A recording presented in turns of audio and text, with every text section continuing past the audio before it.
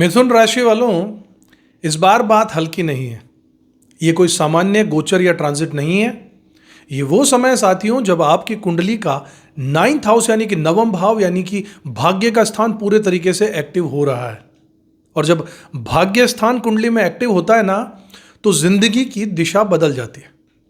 13 फरवरी से 14 अप्रैल 2026 तक आपकी लाइफ में 3 स्टेज में बड़ा बदलाव आने वाला है।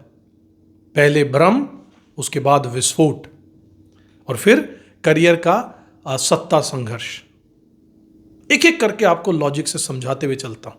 चैनल को अगर आप सब्सक्राइब नहीं किया तो जरूर कर लीजिएगा, नए हैं तो जरूर कीजिएगा, बेल आइकन प्रेस कर दीजिएगा, वीडियो पसंद आए तो लाइक कीजिएगा, शेयर कीजिएगा।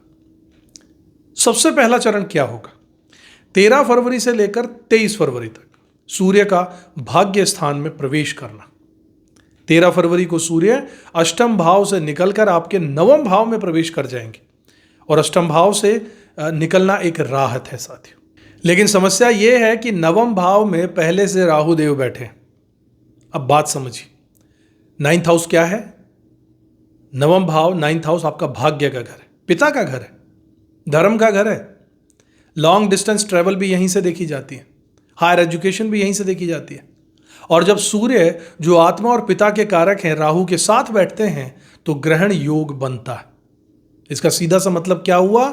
आपको ऐसा लगने लगेगा कि किस्मत साथ नहीं दे रही, काम 95% तक बनकर अटक रहे हैं। फादर या आपके कोई गुरु टाइप के या बड़ी उम्र के जो फादर फिगर लोग हैं, उनसे आपका वैचारिक टकराव हो सकता है, आपके आपस में विचारों में मतभेद हो सकता है। राहु विद्रोह देता है साथियों, सूर्य अहंकार देता है। और जब दोनों मिलते हैं तो मैं सही हूं, ये वाली ऊर्जा बढ़ती चली जाती है, जिससे आपका नुकसान होता है। अगर आप विदेश जाने का प्लान कर रहे हैं ना, तो 13 फरवरी से 23 फरवरी के बीच में फ्लाइंग बहुत सावधानी से कीजिएगा। डॉक्यूमेंट में गलती या टेक्निकल अड़चन संभव दिख रही है।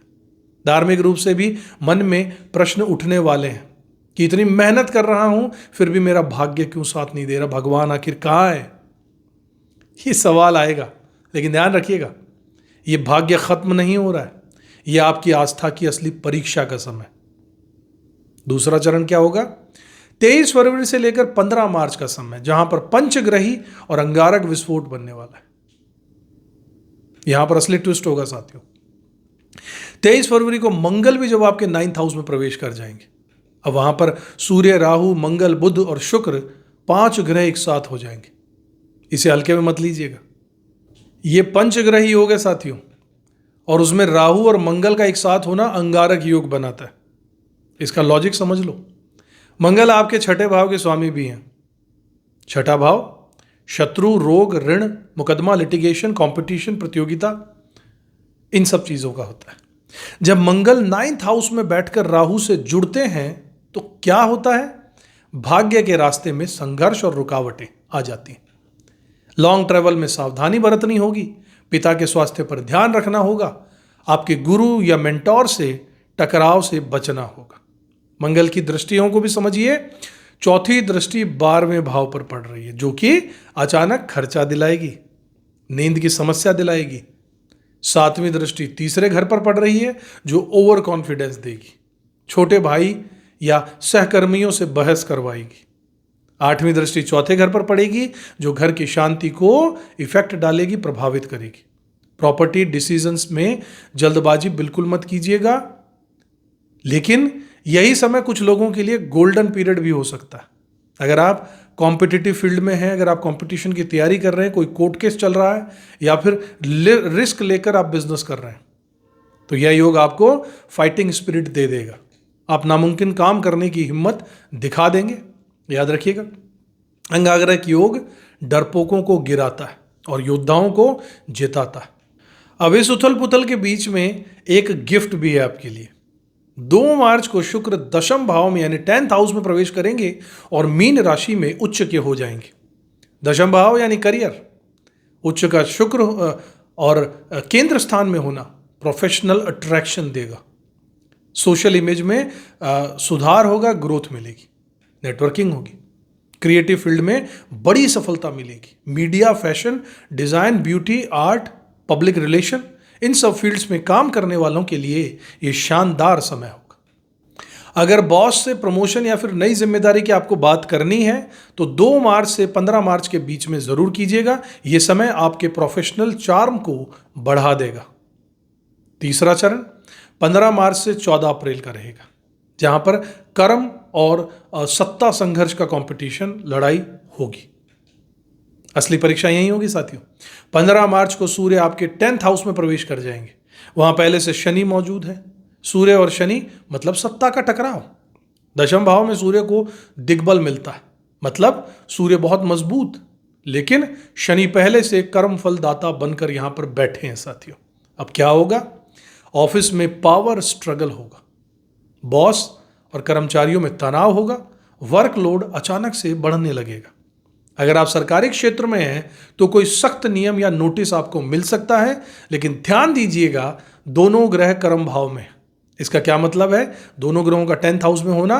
काम से अगर आप भागे तो आपका नुकसान पक्का है, और अगर काम में डटे रह गए तो पहचान पक्की है। राजनीति से जुड़े हुए लोगों के लिए यह बड़ा पद भी यहां पर देकर जा सकता है, लेकिन विरोध भी बड़ा ही होगा।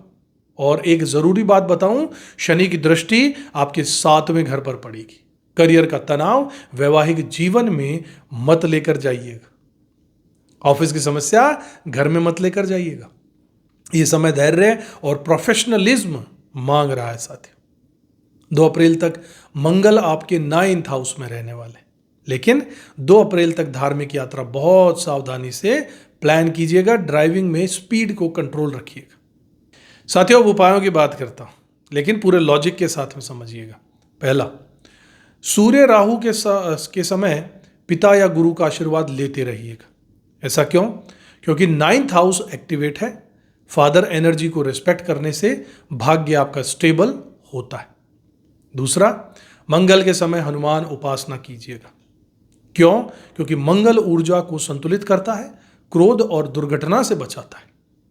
तीसरा उपाय, 15 मार्च के बाद में शनि मंत्र या शनि स्तोत्र का पाठ कीजिएगा। क्यों? क्योंकि कर्म भाव में शनि सक्रिय हैं। आपकी मेहनत को दिशा मिलनी ही चाहिए। और सबसे बड़ा उपाय यहां पर होगा, बॉस या फिर सरकार की सार्वजनिक आलोचना से तो बिल्कुल बचिएगा। सूर्य और शनि दोनों इस बारीकी से हर चीज को नोट कर रहे हैं। मिथुन राशि वालों, आप हवा की तरह होते हैं, एकदम लचीले, फ्लेक्सिबल, एकदम तेज और एकदम बुद्धिमान। ये समय आपको तोड़ने नहीं आया, ये समय आपको परखने आया है। भाग्य थोड़ा डगमगाएगा, लेकिन कर्म मजबूत रहने वाला है। 14 अप्रैल के बाद आप पीछे मुड़कर देखेंगे और समझेंगे कि यही वो दौर था जिसने आपको अंदर से मजबूत बना दिया। साथियों, अगर ये विश्लेषण आपको अंदर तक फील किया हो, जुड़ा हुआ अगर आप महसूस कर रहे हैं, तो वीडियो को लाइक जरूर कीजिएगा और कमेंट में लिखिएगा कि अगर आपके मन में कोई शंका है तो उसका उपाय आपको बता देंगे। कमेंट में जरूर लिखिएगा साथियों, क्योंकि आपका जीवन सरल सफल बनाना ही हमारा असली उद्देश्य है। चैनल को सब्सक्राइब नहीं किया तो जरूर कीजिएगा, बेल आइकन प्रेस की दीजिएगा, भ्रम को काटते रहिएगा, मुस्कुराते रहिएगा। वीडियो पसंद आए तो लाइक कीजिएगा, शेयर कीजिएगा, अपना कर्म करते रहिएगा और याद रखिएगा, भाग्य बदलने से पहले खुद इंसान को बदलना पड़ता है। जय श्री राम।